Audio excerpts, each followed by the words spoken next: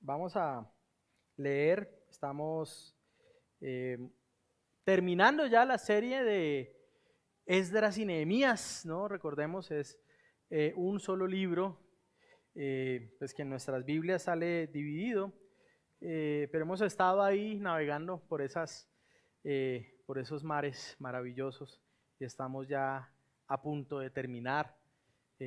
Ya después de este quedan un par de enseñanzas más y terminaremos. Así que lo invito, hermano, a que vaya conmigo a Nehemías capítulo 11. Voy a estar predicando Nehemías 11 hasta el capítulo 12, versículo 26. Y bueno, vamos a disponernos entonces a comenzar. Dice la palabra del Señor. Los jefes del pueblo habitaron en Jerusalén, pero el resto del pueblo echó suertes a fin de traer uno de cada 10 para que habitara en Jerusalén, la ciudad santa, mientras los otros 9 se quedarían en otras ciudades. Y el pueblo bendijo a todos los hombres que se ofrecieron para habitar en Jerusalén. Estos son los jefes de la provincia que habitaron en Jerusalén, en las ciudades de Judá, cada cual habitó en su propiedad, en sus ciudades. Los israelitas, los sacerdotes, los levitas, los sirvientes del templo, los descendientes de los siervos de Salomón. Algunos de los hijos de Judá y algunos de los hijos de Benjamín habitaron en Jerusalén.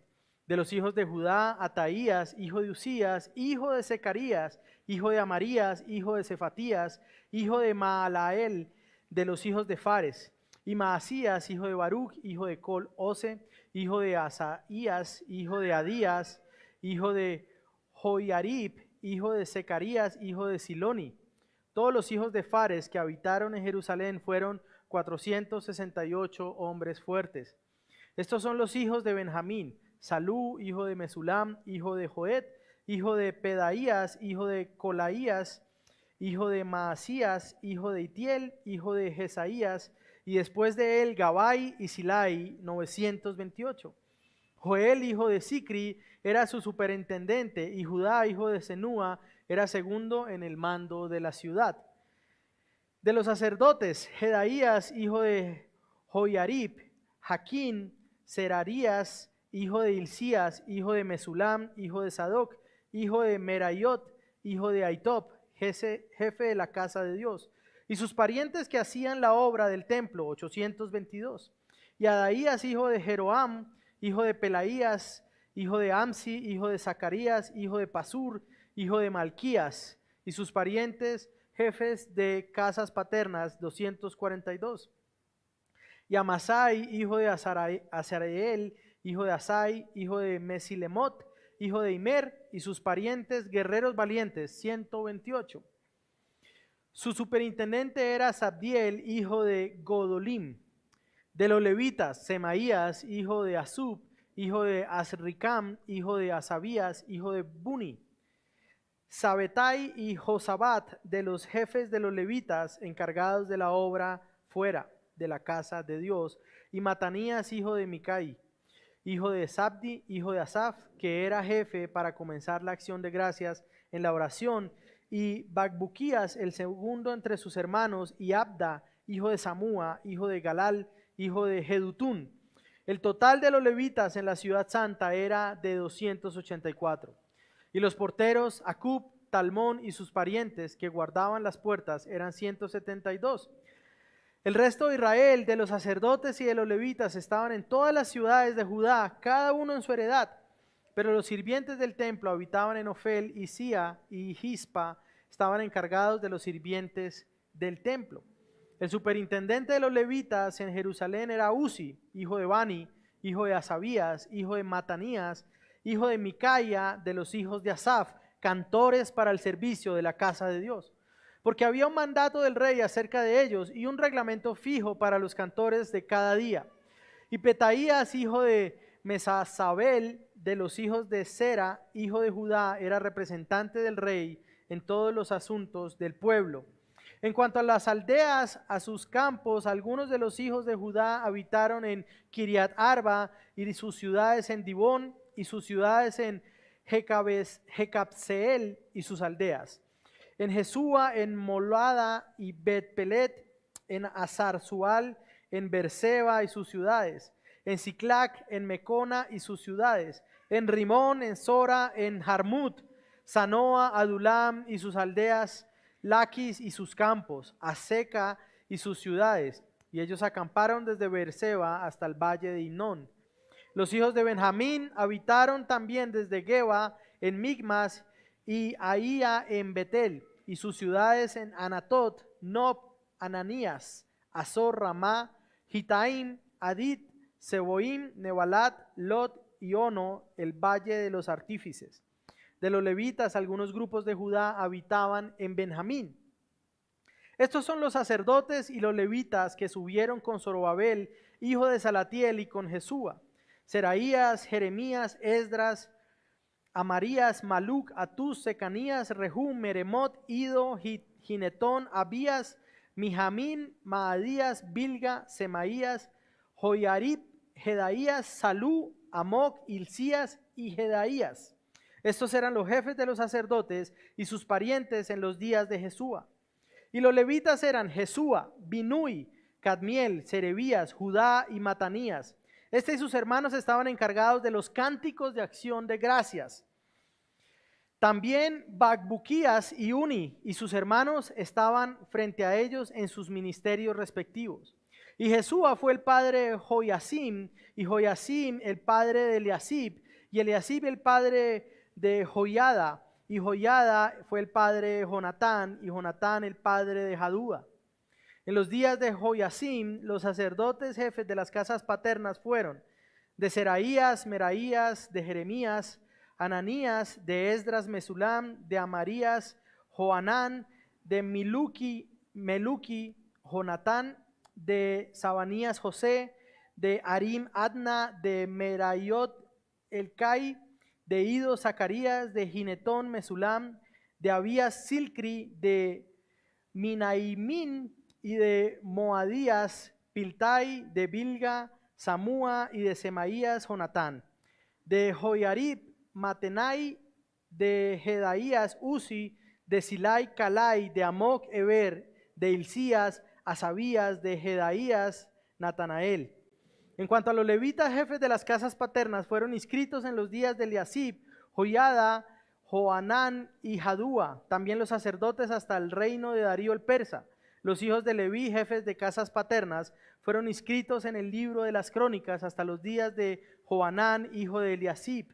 Los príncipes de los levitas eran Asabías, Serebías y Jesúa, hijo de Cadmiel, con sus hermanos frente a ellos, para alabar y dar gracias, según lo prescrito por David, hombre de Dios, sección frente a sección.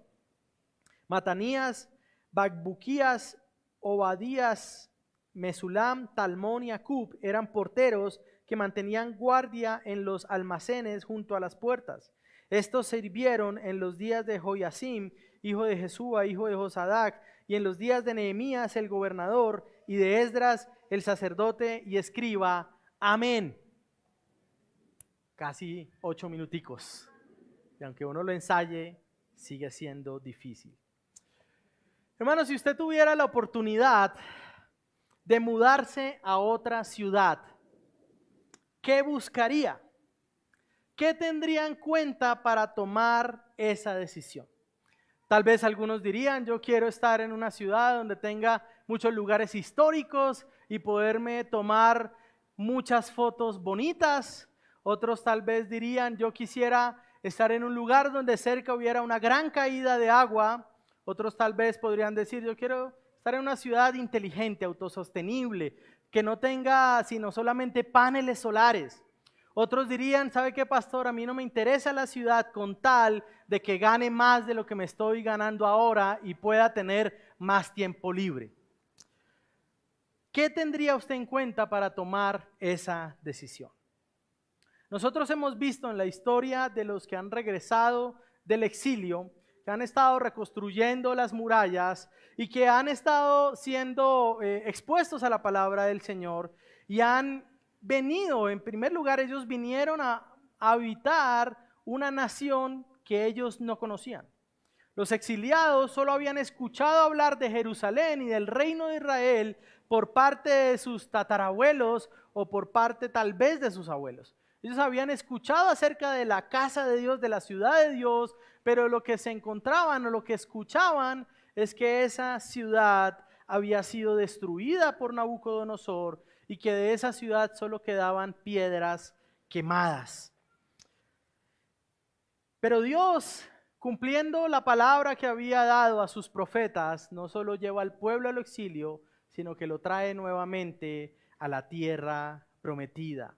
Dios está renovando la nación por medio de un remanente, de unas personas que había guardado, y los ha traído de nuevo a vivir en medio de su nación para ahora también renovar su adoración, renovar el compromiso que ellos tenían a Dios y entonces poder ser un pueblo que viviera realmente como lo que era, como un pueblo escogido por el Señor. Mis hermanos, hoy vamos a venir a ver acerca de la repoblación de Jerusalén, cómo estos hombres ahora son llamados a volver a vivir en Jerusalén. Y al estudiar esto, al mirar esto que nos enseña la palabra del Señor, mi deseo es que nosotros entendamos que el pueblo que ama al Señor debe vivir como ciudadanos de su santa ciudad. El pueblo que ama a Dios debe vivir como ciudadanos de su santa ciudad. Y quiero abordar esto en 3 puntos. En primer punto es todo el capítulo 11 es un primer punto. Todo el capítulo 11. Segundo punto es el capítulo 12, versículo 1 hasta el 26. El primer punto es la necesidad de habitar la ciudad de Dios y un pueblo que se ofrece a hacerlo. El segundo punto es la necesidad de ser guiados a adorar bajo un sacerdocio genuino. Y el tercer punto, quiero hacer unas conclusiones de la repoblación de la ciudad de Dios. Así que mis hermanos, primer punto, Nehemías capítulo 11, la necesidad de habitar la ciudad de Dios y un pueblo que se ofrece a hacerlo. Ahora, recordemos, ellos han reconstruido el templo de Jerusalén, han reedificado las murallas de la ciudad, y ese mismo pueblo, descendiente de los que hicieron estas cosas, ahora ha sido expuesto a la palabra del Señor por parte del sacerdote Esdras y de otros ancianos del pueblo. Como resultado de ser expuestos a la palabra del Señor, ellos han lamentado su pecado, que es lo que debería hacer todo hombre que esté expuesto a la Escritura. Ellos han lamentado su condición, han lamentado su pecado, y viene por parte del Señor arrepentimiento al pueblo para comprometerse. Recordemos, capítulo 10 y capítulo 9 habla de un pacto que este pueblo hace de vivir de acuerdo a la palabra del Señor. Es decir, que habíamos quedado en un punto donde el pueblo está nuevamente en efervescencia por Dios. Está diciendo, Señor, yo no solo voy a decir que soy parte del pueblo que creo en ti, sino que vamos a vivir como aquellos que somos parte de tu nación. Entonces ellos hacen ese pacto solemne, y luego de hacer este pacto en el que se comprometen, por ejemplo, a velar y mantener la adoración a Dios, se presenta ahora un problema. No hay suficiente gente para que habite Jerusalén. Y Nehemías capítulo 7 ya nos había hablado un poco de eso. Versículo 4 dice, la ciudad era espaciosa y grande, Jerusalén, pero el pueblo dentro de ella era poco y no había casas reedificadas. Así que Jerusalén, aunque contaba con un templo que había sido reconstruido y con unas murallas que habían sido reconstruidas, no era una ciudad tan deseable ante los ojos de muchos israelitas.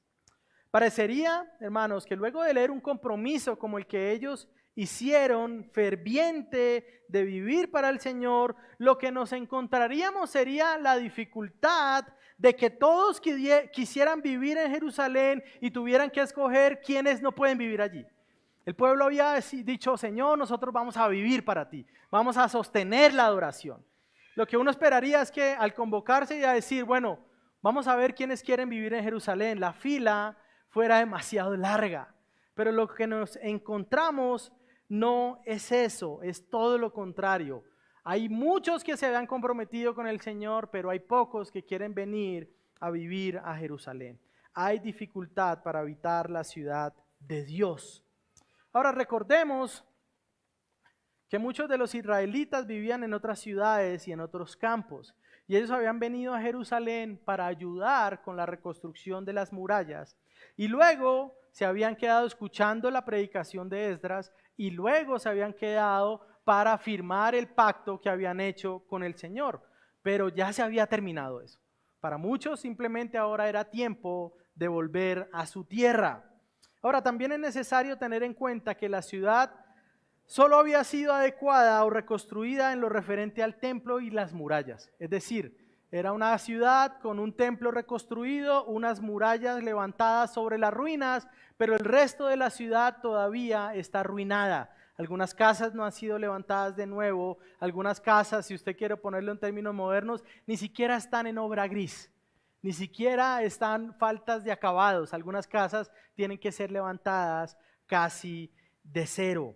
Muchas de las casas estaban todavía en ruinas. Así que vivir en Jerusalén, mis hermanos, iba a requerir varios sacrificios por parte de quienes decidan habitar Jerusalén. Pero al mismo tiempo de que iba a requerir sacrificio, era de vital importancia que Jerusalén fuera habitada. Y quiero hablar precisamente de estos aspectos de la repoblación, de estos aspectos de volver a vivir en Jerusalén que vemos en el capítulo 11. Y voy a hablar de 4 cosas importantes sobre esta repoblación. En primer lugar, es necesario que Jerusalén sea repoblada. Era necesario que ellos volvieran a tener las dinámicas de ciudad. Jerusalén es la ciudad santa, es lo que vemos que dice el versículo 1. Ahora es la ciudad santa no porque la gente que habite sea santa, sino porque en medio de ellos está el templo que representaba que el Dios santo estaba en medio de su pueblo. El templo le recuerda al pueblo que el pecado que ellos cometen delante de Dios es un pecado grave, pero que Dios está deseoso a perdonarles y a tener misericordia para con ellos. La ciudad santa, hermanos, porque la presencia de Dios está en ella. Todo en Jerusalén, se necesitaban carpinteros, se necesitaban comerciantes, se necesitaban muchas personas para hacerla funcionar. Jerusalén necesitaba ser habitada. Si el sistema de sacrificio no se establecía, el mensaje que recibiría el pueblo es que Dios no estaba perdonando sus pecados. Ahora imagínese una vida donde usted sabe que está pecando a Dios, pero donde usted no tiene ninguna esperanza de que Él lo perdona. Es una vida terrible, ¿no? Muchos, en medio de esto, de que era necesario, no estaban seguros. Muchos decían, sí, yo sé que se tiene que hacer, pero yo no sé si sea yo el indicado para ir a vivir allá. ¿No? Es como cuando hablamos de misiones. Sí, yo sé que las naciones tienen que ser alcanzadas, pero mi vecino de pronto es mejor para ir, ¿no? Yo tengo muchos asuntos acá para hacer. Así que en primer lugar era necesario repoblar Jerusalén, pero en segundo lugar había una necesidad de obediencia y de amor al Señor para habitar Jerusalén. ¿Cómo sería posible venir a habitar esa ciudad? Mis hermanos, en nuestros días, nuestras ciudades están diseñadas alrededor de ciertas cosas importantes. Cosas que vengan a ser atractivas para que las personas deseen vivir allí. Vemos ciudades construidas alrededor de grandes zonas históricas, otras que hacen grandes proyectos urbanísticos que buscan modernizar la ciudad, ¿no? Llenarla de sitios vistosos, de edificios con luces, con restaurantes, con bares, con centros comerciales y muchas otras cosas, de manera que las personas deseen entonces vivir allí. ¿Por qué? Porque va a ofrecer esa ciudad un bienestar para mí, va a ofrecer entretenimiento incluso, pero también a veces va a ofrecer mayores oportunidades económicas o bienestar para mi casa. Y bueno, todos desean estabilidad y algunos desean mucho más, todo lo que se les pueda dar, ¿no? Entonces, las ciudades se constituyen fortaleciendo cosas atractivas para que las personas quieran vivir en ellas, ¿no? Pero esta ciudad, Jerusalén, no era una ciudad construida alrededor de algo que fuese muy atractivo a los ojos del común de los hombres. No era una ciudad donde iba a haber un gran chef con un gran restaurante. No era una ciudad donde iba a haber un gran bar o una gran discoteca con rayos láseres, ¿no? Era una ciudad construida alrededor de Dios y de su adoración. Jerusalén no ofrecía muchas oportunidades tampoco para superarse o para prosperar económicamente. De hecho, vivir en Jerusalén hacía necesario para los que quedaban allí que renunciaran a ciertas oportunidades de prosperidad. Recordemos, Israel era una nación agrícola y era una nación también basada en su economía en el ganado, en las ovejas y estas cosas. Y generalmente usted no cría ovejas en medio de una ciudad, ¿no? Ni cultiva tampoco en medio de una ciudad. Así que para ellos, abandonar su campo era decir, bueno, pues tal vez las vacaciones soñadas este año no van a ser a donde queremos, sino de pronto más acá, ¿no? Ya estas oportunidades de expandirnos y de tener prosperidad tal vez van a tener que ser postergadas o simplemente canceladas. Es por esa razón, mis hermanos, que a pesar de que el pueblo acaba de comprometerse en un pacto con el Señor, solo unos pocos se ofrecen de manera voluntaria a venir a vivir en Jerusalén. Solo unos pocos vienen de manera casi inmediata a decir, yo voy a vivir allá, mientras que otros dudan. Ahora, se requería un corazón obediente a Dios para buscar en primer lugar la gloria de Dios en lugar de su propia comodidad o beneficio, ¿no? Nehemías ahora describe dos grandes grupos de personas que deciden habitar Jerusalén. En primer lugar están los que lo hacen de manera voluntaria y rápida, es decir, los que dicen, yo sé que Jerusalén tiene que ser habitada, acá estoy. ¿Dónde puedo vivir? ¿Dónde puedo construir un hogar? Yo voy a estar sirviendo al Señor aquí. Dentro de esos grupos de personas, vemos de manera maravillosa que Nehemías resalta que los primeros en hacer esta labor, en disponerse a vivir allí, eran los jefes del pueblo. Estos eran hombres que guiaban al pueblo a honrar al Señor, pero también eran hombres que estaban dispuestos a enseñarles al pueblo cómo honrar al Señor en sus propias vidas. Hermanos, aquellos hombres que guían al pueblo son llamados a guiar por un camino que ellos mismos recorren. Hablar de amor al Señor, pero al mismo tiempo no tener una vida piadosa, sería algo incoherente. Hablar de amor debe ir acompañado con una vida que refleje el amor al Señor. Hablar de servicio y de amor al prójimo debe ser mostrado también en la propia vida. Hablar de evangelismo debe mostrarse también en una vida que busca oportunidades para compartir el evangelio. Hermanos, no es posible guiar al pueblo por una senda que uno mismo no ha recorrido. Y es importante hablar de esto porque este año como iglesia una de las metas que tenemos, uno de los anhelos que tenemos es poder reconocer más pastores en medio de nosotros.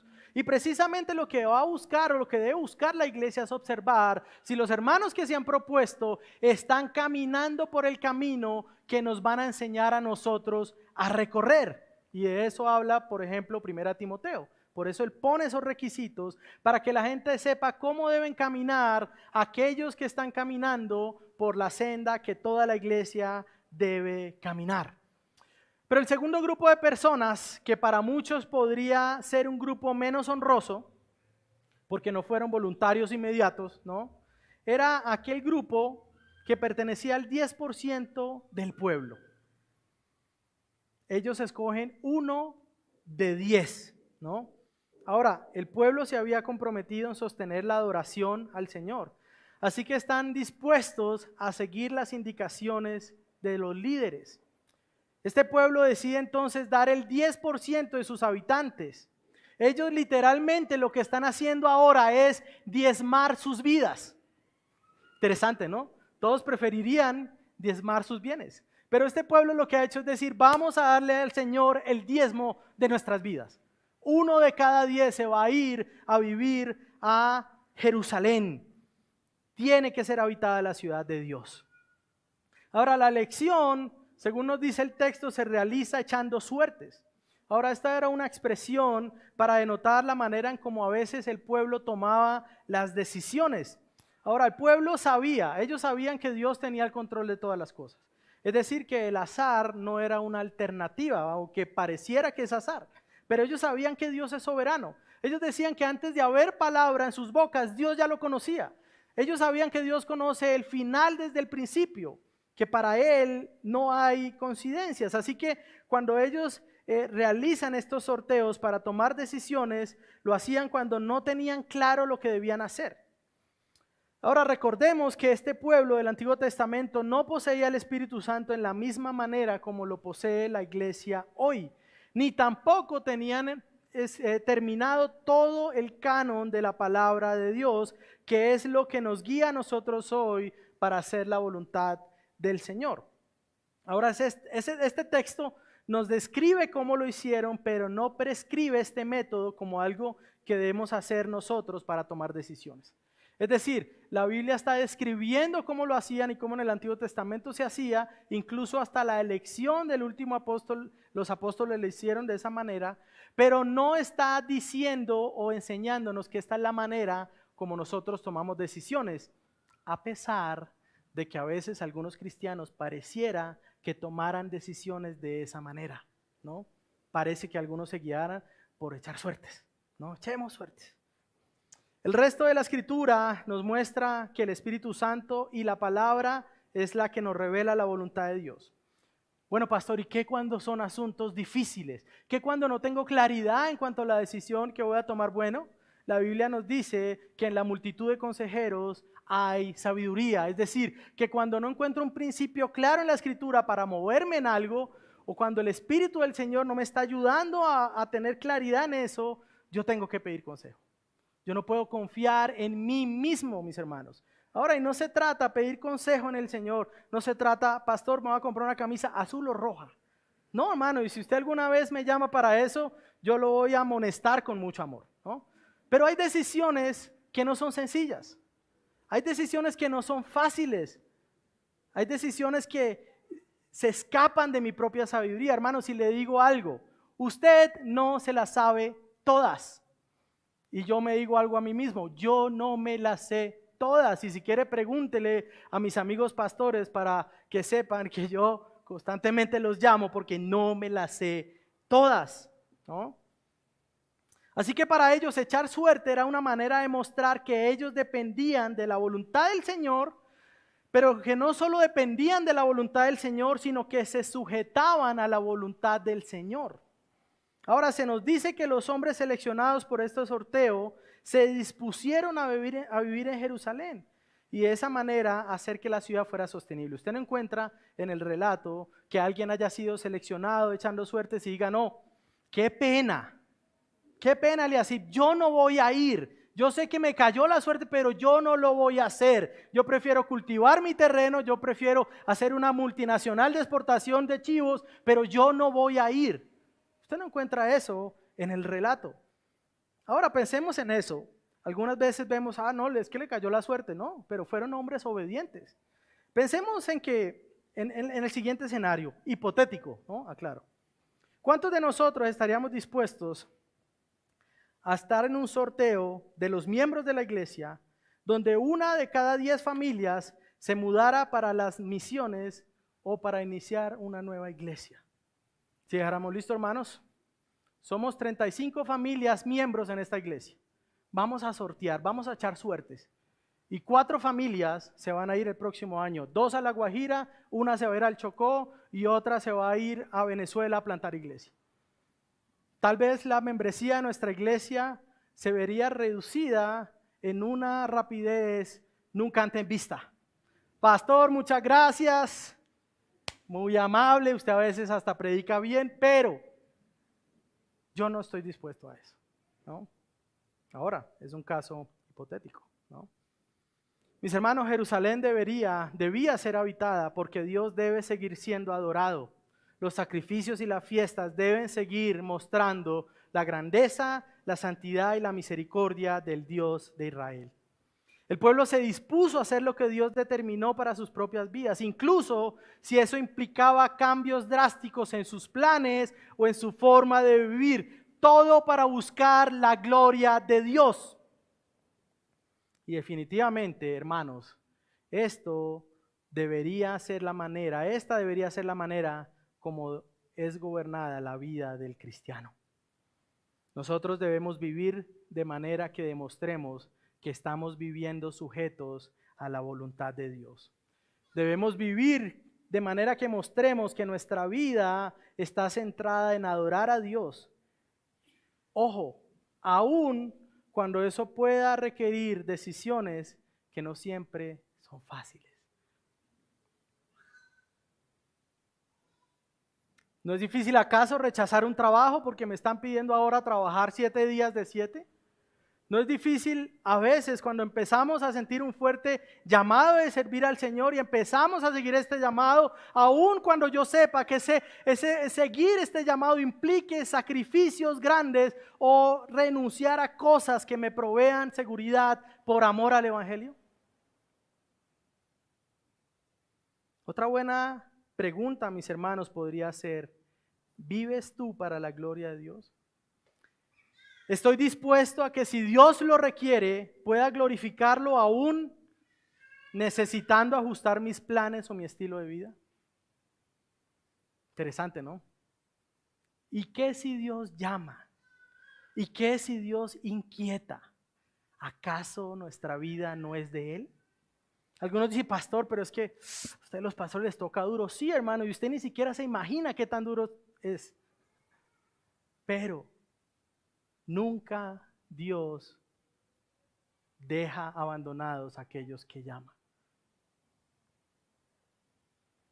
En tercer lugar, el pueblo era agradecido con aquellos que se ofrecieron para poblar la ciudad santa. Versículo 2. Dice, vamos en el 2, ¿no? Son como 60. Y el pueblo bendijo a todos los hombres que se ofrecieron para habitar en Jerusalén. Ahora se nos dice que el pueblo bendijo a aquellos que se ofrecieron a habitar la ciudad.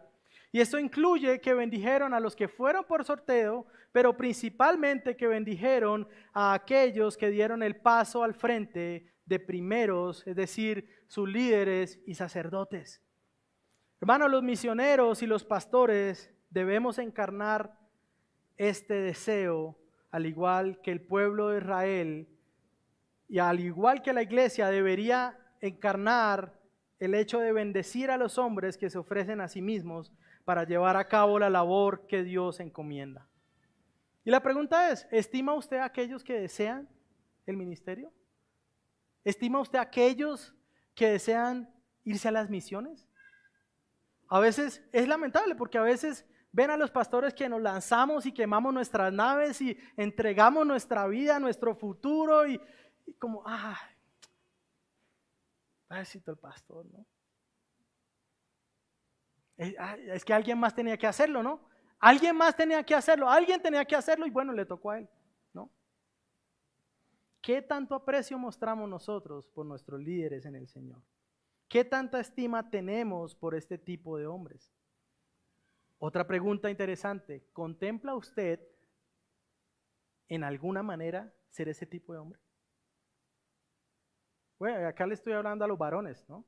Pero en un sentido también a las esposas. Porque el llamado, el peso del llamado también recae en alguna forma sobre ellas. Es lamentable, mis hermanos, que hace unos años era algo de ánimo para los creyentes leer biografías de grandes misioneros. Pero la iglesia moderna se aleja de reconocer que su historia está sostenida sobre hombros de gigantes débiles, sobre hombros de estas personas que abandonaron todo para seguir al Señor. Se nos olvida de hombres como John Peyton, misionero en las Hébridas, en el Pacífico, en medio de caníbales. Un hombre que tuvo que sepultar a su propia esposa y a sus hijos para seguir en el Evangelio, para predicar a esta tribu. Fue a Inglaterra y volvió después y se dice que cuando él dejó de vivir allí, las personas que llegaron casi no podían conocer indígenas que no fueran cristianos. Un hombre que tuvo que dormir en la copa de un árbol encima de la sepultura de su esposa, vigilando para que no llegaran estos perversos a devorar su carne. No conocemos historias, por ejemplo, como de Adoniram Hudson, misionero bautista en Birmania, en Asia. No sabemos nada de William Carey, padre de las misiones modernas en el siglo XVIII, por cuya vida el Señor llevó el Evangelio a la India. No hay cristiano en la India que de alguna manera no pueda trazar su vida de fe hasta William Carey. Todos pasan por ahí. Pero ¿sabemos quién es Ant-Man? ¿Sabemos quién es Batman? ¿Le enseñamos a nuestros hijos quién es Superman? ¿No? Ahora, no es que esto sea pecaminoso, mis hermanos, en sí mismo, pero los héroes mayores que deberíamos mostrarles a ellos son esos. Y yo sé por qué no los mostramos, porque en el fondo de nuestro corazón no queremos que nuestros hijos hagan las cosas que ellos hicieron.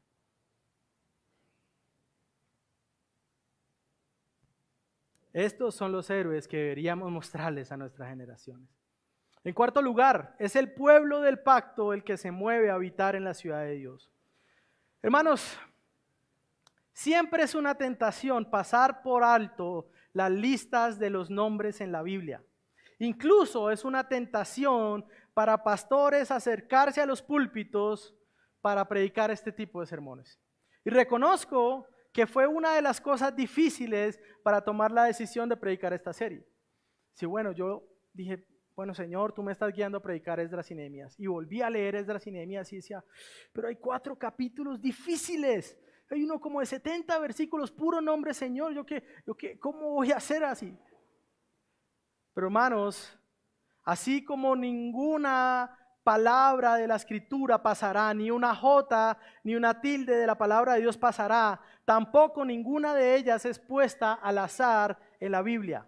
Dios desea que su pueblo aprenda cuando lee estas listas de nombres. Ahora, en este caso, la lista de nombres es diferente a las que hemos visto hasta ahora, y hemos visto varias listas de nombres. Esta lista de nombres es diferente. Es más que un censo común, como los otros que hay en Esdras o Nehemías. Este tiene una particularidad, y es que también pareciera una genealogía, son diferentes. Una lista de nombres simplemente dice este, y después tuvo este hijo, y ese. Pero una genealogía empieza a hablar de un árbol genealógico, de un linaje de personas. Por ejemplo, versículo 4 dice, del capítulo 11, dice, algunos de los hijos de Judá y algunos de los hijos de Benjamín habitaron en Jerusalén. De los hijos de Judá, Ataías, hijo de Usías, hijo de Zacarías, hijo de Maharamías, hijo de Cefatías, hijo de Mahalael, los hijos de Fares. Y Maasías, hijo de Baruch, hijo de Colose, hijo de Asaías, hijo de Adaías, hijo de Joiarib, hijo de Zacarías, etcétera, etcétera. Esta lista es diferente. Es una lista principalmente de 2 tribus, Judá y Benjamín. Registra los nombres de los que fueron en el sorteo, de los que fueron a vivir en Jerusalén, pero ojo, también registra el nombre de sus predecesores. 5 o 7 generaciones atrás, ¿no? En esta lista vemos el nombre de los que fueron, de sus padres, de sus abuelos, de los bisabuelos, de los tatarabuelos y de los trastatarabuelos, y no me sé el séptimo, ¿no? Si lo encuentra, avíseme. Habla de un linaje de personas que trajeron a estos hombres a ser llevados a habitar Jerusalén. Ahora, usted me dirá, bueno, pastor, ¿por qué esto es importante? Hermanos, es importante porque estos hombres que leen esto por primera vez deben saber que no están ahí por el destino o por el azar. Ellos son parte de un pueblo que Dios ha escogido y que al saberse como pueblo de Dios, sus padres han reconocido la responsabilidad y privilegio de pasar de generación a generación la palabra del Señor. Ahora, hermanos, tal vez nosotros no sepamos mucho de estos.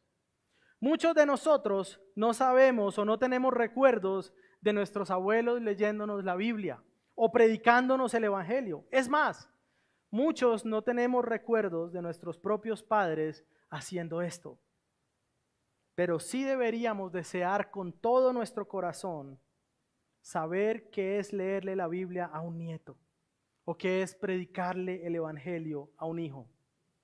Mis hermanos, si nosotros somos pueblo de Dios, si usted tiene la convicción de haber sido rescatado por Dios, ¿cómo esto se evidencia en la manera en que usted cría a su hijo? Algunos crían a sus hijos como para que ellos nunca se acuerden de que fueron cristianos, ¿no? Algunos crían a sus hijos de manera que ellos ni siquiera deseen tener hijos, ¿no? El Nuevo Testamento nos habla sobre esto también, nos da responsabilidades serias y profundas a nosotros hoy como padres, como cristianos. Efesios capítulo 6, versículo 4. Padres críen a sus hijos en la disciplina. Eso implica la vara de la corrección. Proverbios, que no matará al niño. En la disciplina y en la instrucción del Señor. Hermanos, esa es una convicción que debemos compartir y en lo que debemos animarnos. De hecho, si usted no lo sabe, si usted es miembro de la iglesia y usted no lo sabe, es parte de nuestros compromisos al hacernos miembros de la iglesia. Es decir, usted se hace parte de esta iglesia y usted se compromete a criar a sus hijos de esa manera. Y cuando yo incumplo mi compromiso de vivir como cristiano, yo voy a ser llamado a cuentas y puedo ser disciplinado por la iglesia. Así que padres, no se le haga raro o no debería usted ponerse a la defensiva si el pastor o uno de los líderes le pregunta, ¿cómo va la crianza? ¿Por qué tu hijo nunca te obedece? ¿Por qué parece como si él es el que da las normas y las reglas en tu casa y no tú? ¿Cómo estás llevando eso en tu familia? ¿No? Tenemos renovación de membresía el febrero. Usted aún tiene tiempo. Si usted se arrepiente y dice, yo quiero que mi hijo sea el rey, que él nunca le digan que no, por eso yo nunca le digo que no, que él haga lo que quiera. Bueno, si usted quiere llevar ese tipo de vida y criar a su hijo de esa manera, usted debería pensar bien si quiere seguir siendo miembro de esta o de cualquier iglesia, porque no es lo que la Biblia enseña acerca de la paternidad. Hermanos, esta lista de nombres mezclada con genealogía es importante principalmente porque habla de la fidelidad de Dios preservando a su pueblo. Es la lista de un remanente que Dios guardó a pesar de que ellos vivieron en medio de un pueblo pecador y rebelde. Mis hermanos, Dios guarda a los suyos. Dios preservará a los que somos suyos, sin importar qué tanto pecado hay en nuestra generación, o incluso qué tanto pecado hay en medio de los que dicen que son cristianos. Nosotros debemos descansar en que Dios cuida a los suyos y vivir a la luz de eso. Así que hay necesidad de que Jerusalén sea habitada y esto nos recuerda que la obra de Dios debe ser realizada. Hermanos, todavía necesitamos hacer misiones. Y ahora que venga Scott, que es un hermano misionero de una organización con la que servimos, vamos a enseñar un poco de las naciones no alcanzadas. Los lugares donde hay un cristiano por cada 2 o 3 millones de personas y por las que tal vez nosotros nunca nos acordamos de orar. Es necesario aún hacer misiones, es necesario aún servir al Señor, es necesario aún plantar nuevas iglesias. Dios sigue haciendo su labor y para eso pone el deseo y el amor en el corazón de los suyos, que los mueve a decidir poner por encima la gloria del Señor que su propia gloria. Pero Nehemías en su relato también quiere dejar algo más claro y en referencia a aquellos que guían al pueblo en la búsqueda del Señor, específicamente en todo lo relacionado al templo y los sacrificios. Esto me lleva a mi segundo punto, que es mucho más corto, y es el capítulo 12, versículo 1 al 26, y es que es necesario que ellos guíen, que ellos sean guiados a adorar al Señor bajo un sacerdocio legítimo. Ahora Nehemías presenta estos primeros 26 versículos del capítulo 12 un recuento de los sacerdotes del pueblo. Versículo 1 al 9 muestra la lista de los sacerdotes que regresaron con Zorobabel. Estos hombres habían llegado a Jerusalén casi 100 años antes. Los primeros sacerdotes después del exilio no son olvidados por el Señor.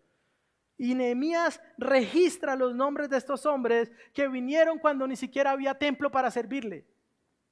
Verso 10 al 11, la lista de los sumos sacerdotes de la época de Zorobabel, los que serían encargados del lugar, entrar al lugar santísimo, que llegaron cuando ni siquiera había lugar santísimo, que llegaron a servir al Señor por fe, descansando en que Dios iba a hacer su obra. Verso 12 al 21 se registran los sacerdotes jefes de casas paternas en la época de Joiacim. Verso 22 al 26 se da información adicional sobre los levitas. Ahora recordemos que la tribu de Leví, los levitas, eran los encargados de hacer todo lo relacionado con el templo. Sin embargo, no todos hacían la misma labor. Es por eso que dentro de esa tribu, los descendientes de Aarón, eran los llamados a ser sacerdotes. Y dentro de esos descendientes era escogido el sumo sacerdote. ¿Por qué esto es importante, hermanos? Porque Nehemías no solo registra a los sacerdotes con las responsabilidades y privilegios mayores. Él no habla solamente de los hombres grandes, entre comillas. No habla solamente de los que eran más visibles, de los que entraban al templo con el efod y las cosas. Él registra a los hombres sencillos. Los levitas que cuidaban, que eran porteros. Los levitas que cuidaban los almacenes, los cantores. Todo para mostrarle al pueblo que toda labor, sin importar lo sencilla que sea, es recordada por el Señor que envió a hacerla. Todos los oficios son útiles y necesarios en el servicio al Señor. Ahora, bajo el nuevo pacto, nosotros somos llamados como una nación de sacerdotes. Primera de Pedro, capítulo 2, habla de que somos llamados para ser una nación santa, para estar edificados como piedras vivas y presentar sacrificios a Dios, oraciones, acciones de gracias y alabanzas al Señor. Pero en la misma primera carta de Pedro, él también habla de que en medio de ese pueblo de sacerdotes hay algunos que fungirán como ancianos, como pastores. Primera de Pedro capítulo 5, versículo 1 al 5. Se llama que estos hombres gobiernen la iglesia, que lideren la iglesia no como si fueran los dueños, sino como aquellos que iban a dar cuentas al príncipe de los pastores. Y quiero ir rápidamente allí, hermanos, y creo que el tiempo todavía es beneficioso conmigo. Dice: por tanto, a los ancianos entre ustedes exhorto yo, anciano como ellos, testigo de los padecimientos de Cristo y también participante de la gloria que ha de ser revelada. Pastoreen el rebaño de Dios entre ustedes, velando por él, no por obligación, sino voluntariamente, como quiere Dios, no por avaricia del dinero, sino con sincero deseo. Tampoco como teniendo señorío sobre los que han sido confiados, sino demostrando ser ejemplos del rebaño. Nuevamente, caminar por la senda que guiamos. Versículo 4, y cuando aparezca el príncipe de los pastores, ustedes recibirán la corona inmarcesible de gloria. Mis hermanos, hay un premio que solo los pastores nos vamos a llevar. Lo siento. El príncipe de los pastores aparecerá y nos dará esa corona incorruptible de gloria. Algunos de ustedes viven por acaparar cosas que no se van a poder llevar al otro lado, pero algunos queremos correr por aquella corona que nadie nos podrá quitar y que nada podrá comprar. Los falsos pastores, sin importar el dinero que tengan en sus cuentas bancarias o lo lujosa de su vida, no tendrán estas coronas, porque ellos no apacientan al Señor, sino solamente lo hacen por avaricia. Dios nos hace un pueblo de servidores y en medio de eso llama a hombres para liderar a ese pueblo. Ya estos hombres no son elegidos por su apellido, ya los pastores no somos elegidos porque es que mi tatarabuelo era como que era al mismo tiempo tataranieto de uno que por allá conoció a un descendiente de Aarón. No, ya los pastores no son elegidos de esa manera. De hecho, no es necesario que el hijo del pastor sea pastor. A veces vemos ese nepotismo, ¿no? Esa herencia pastoral. No necesariamente, no quiere decir que un hijo de pastor no pueda ser pastor. Gloria a Dios, yo he conocido tres pastores que son tercera generación de pastores. El papá era pastor, el abuelo era pastor. Gloria a Dios. Dios nos hace un pueblo de servidores. Debemos desear esto.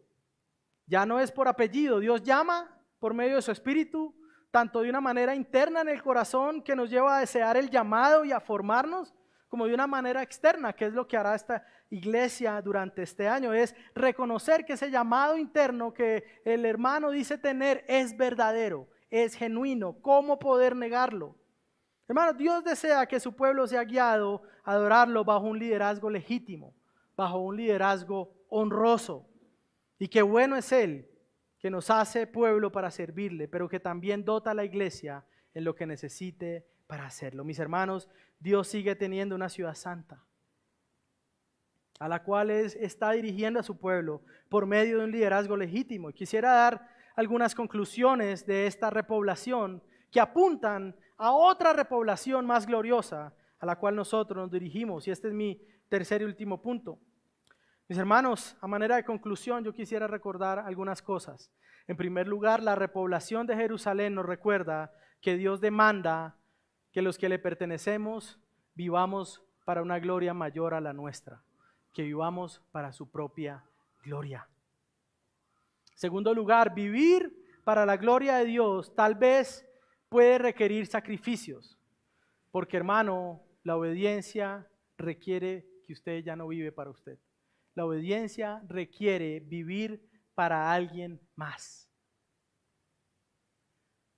El cristiano no es llamado en esta tierra, para vivir conforme a las metas y a los estándares del mundo. No podemos olvidar esto. Algunos dicen, no, pastor, pero es que, bueno, usted puede luchar por algunas cosas, algunos corren tras el viento toda su vida, pero yo no he escuchado, yo no he escuchado a alguien que en su lecho de muerte se haya arrepentido por no comprar otra casa más. Ay, pastor, 5 años más y reúno la cuota inicial de otra. Y entonces le dejo no solo a mi hijo, sino también al hijo del bueno, hermano, bendito Dios. Y si usted puede dejar herencia a sus hijos, la Biblia también habla de eso, hágalo. Pero eso no debe ser un enemigo de su servicio al Señor y de su entrega. Hágalo, es legítimo, pero hágalo legítimamente, ¿no? Si usted dice, ay, le dejé casas a todos. Yo creo que nunca le prediqué el evangelio a ninguno de mis hijos, pero les dejé casas. Hay un dicho conocido, dice, malos tiempos hacen buenos hombres, ¿no? Buenos hombres hacen buenos tiempos y buenos tiempos hacen malos hombres. No hay pocas historias de hombres que recibieron todo de sus padres que ahora están en las calles. Y eso es lo que estamos viendo ahora. Una generación que recibió buenos tiempos, de hombres que fueron a la Segunda Guerra Mundial, de hombres que criaron a sus hijos, de hombres que fueron valientes y que les dejaron todo. Y ahora se ofenden si el jefe les dice que llegó tarde porque llegó a las 7:30 y era a las 7. Y abandonan el trabajo. Estamos en una generación que está viviendo malos tiempos. En tercer lugar, somos llamados a ser agradecidos con aquellos que nos modelan ese tipo de obediencia sacrificial en estos días, con aquellos que nos recuerdan que hay un camino excelente, que puede incluir quemar las naves de nuestros propios deseos, pero este camino que busca la gloria de Dios al final es un camino de deleite y de satisfacción que no puede ser comparado con nada en este mundo. Hermano, el legado espiritual es eterno, pero la herencia que podamos dejar puede acabarse. Y de hecho, muy probablemente lo hará. Dios guió a este pueblo para repoblar Jerusalén, y esta Jerusalén fue repoblada, el templo fue levantado, el Señor fue adorado, pero Israel se mantuvo bajo el dominio de diferentes naciones. Luego del imperio medo-persa llegó Alejandro Magno, liderando el imperio de los griegos, que los dominaría por un tiempo y algunos años después llegaría el imperio romano y entonces ellos seguirían siendo un pueblo esclavo. Los descendientes de esta generación vieron a una ciudad restaurada, vieron a un Dios siendo adorado, pero no vieron a una nación libre.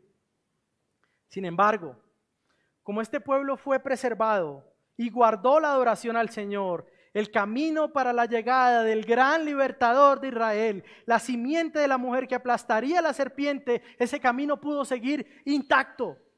Cristo nace bajo el imperio romano, no para destruirlo como dicen algunos, sino para establecer un reino que estaba por encima de los reinos, un reino espiritual formado por sus escogidos, ya no solamente por los judíos, sino un reino formado por toda nación.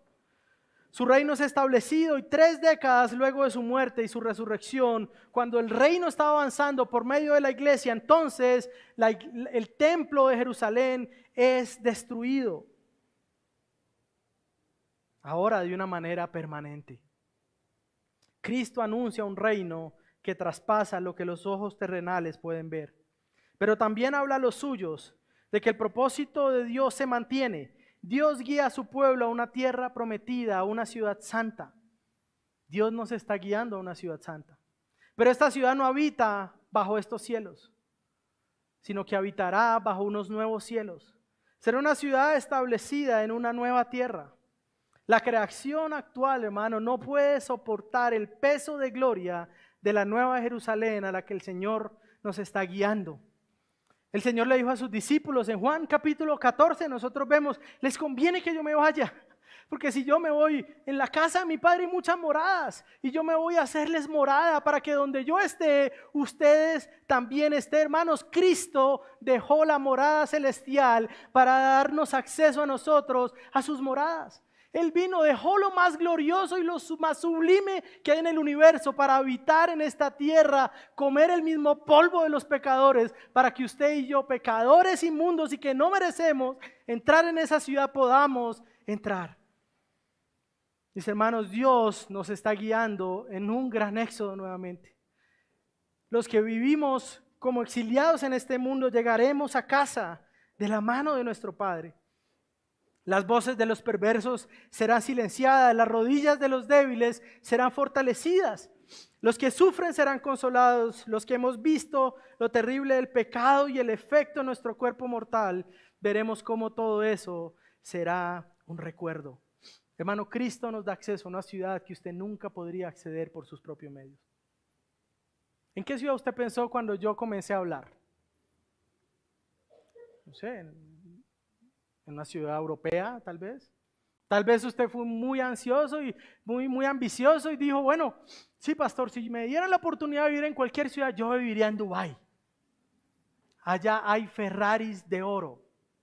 Yo quiero decirle algo, yo no tengo cómo llegar a Dubái. Y muy probablemente durante mi vida nunca toque Dubái. No tengo para los tiquetes y si tuviera, no lo gastaría en eso. Pero tengo acceso a una ciudad mayor. Tengo acceso a una ciudad donde ningún rico de este mundo tiene dinero suficiente tan siquiera para verla de lejos. Cristo aseguró la entrada por nosotros a esa ciudad. Apocalipsis capítulo 21, el apóstol Juan nos recuerda de que efectivamente nosotros vamos a repoblar otra ciudad. Versículo 1, versículo 2 y luego versículo 22 dice, entonces vi un cielo nuevo y una tierra nueva, porque el primero cielo y la primera tierra pasaron y el mar ya no existe. Y vi la ciudad santa, la nueva Jerusalén, que descendía del cielo de Dios, preparada como una novia ataviada para su esposa. Entonces oí una gran voz que decía desde el trono, el tabernáculo de Dios está entre los hombres y Él habitará entre ellos y ellos serán su pueblo y Dios mismo estará entre ellos. Dios enjugará toda lágrima de sus ojos y ya no habrá muerte, no habrá más duelo, ni clamor, ni dolor, porque las primeras cosas han pasado. Versículo 22. No vi en ella templo alguno, porque el templo, su templo es el Señor, el Dios todopoderoso y el Cordero. La ciudad no tiene necesidad del sol, ni de luna que la iluminen, porque la gloria de Dios la ilumina, y el Cordero es su lumbrera. Las naciones andarán a su luz, y los reyes de la tierra traerán a ella su gloria. Sus puertas nunca se cerrarán de día, pues allí no habrá noche. Y traerán a ella la gloria y el honor de las naciones. Pero escúcheme bien, jamás entrará en ella nada inmundo, ni el que practica abominación ni mentira, sino solo aquellos cuyos nombres están escritos en el libro de la vida del Cordero. Dios poblará su ciudad. Será poblada por hombres que tenemos nombres. Dios conoce a los que habitaremos esa ciudad. No podemos olvidar esto. En su libro están escritos esos nombres. Y así como esas listas, esta es la última.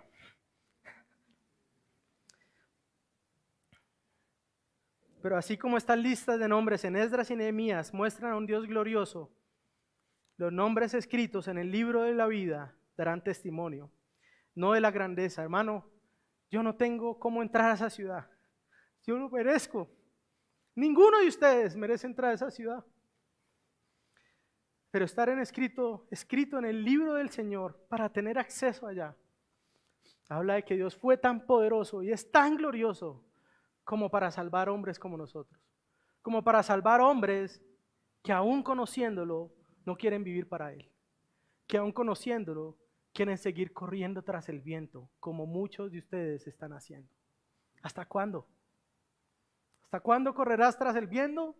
Buscando el favor de los hombres, la admiración de los hombres, acumular cosas que los hombres impíos pueden tener. Y no decides realmente vivir para la gloria del Señor. Esa lista mostrará lo glorioso, lo salvador, lo hermoso de nuestro Señor, su santidad, su amor, su misericordia. El que nos salvó cuando estábamos muertos en delitos, nos trajo a vida, a una vida gloriosa, a una vida indestructible. Un Rey maravilloso que nos sustenta, que al final nos espera. Es a Él, es aquel por el que deseamos estar en esa ciudad. Pero es aquel por el que también deseamos vivir en esta tierra como aquellos que son ciudadanos de esa ciudad.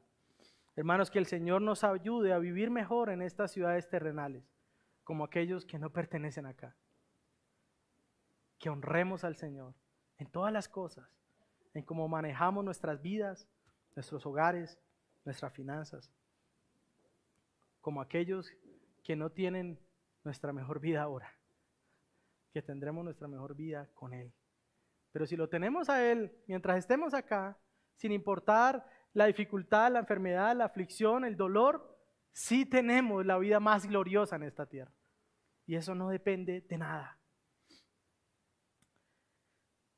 Algunas aplicaciones, aunque ya dije casi todas, mis hermanos, yo solo quiero decir que si alguien está acá y no conoce al Señor, y que si alguien está acá y no lo conoce y muere sin conocerlo, no va a tener acceso a esta ciudad.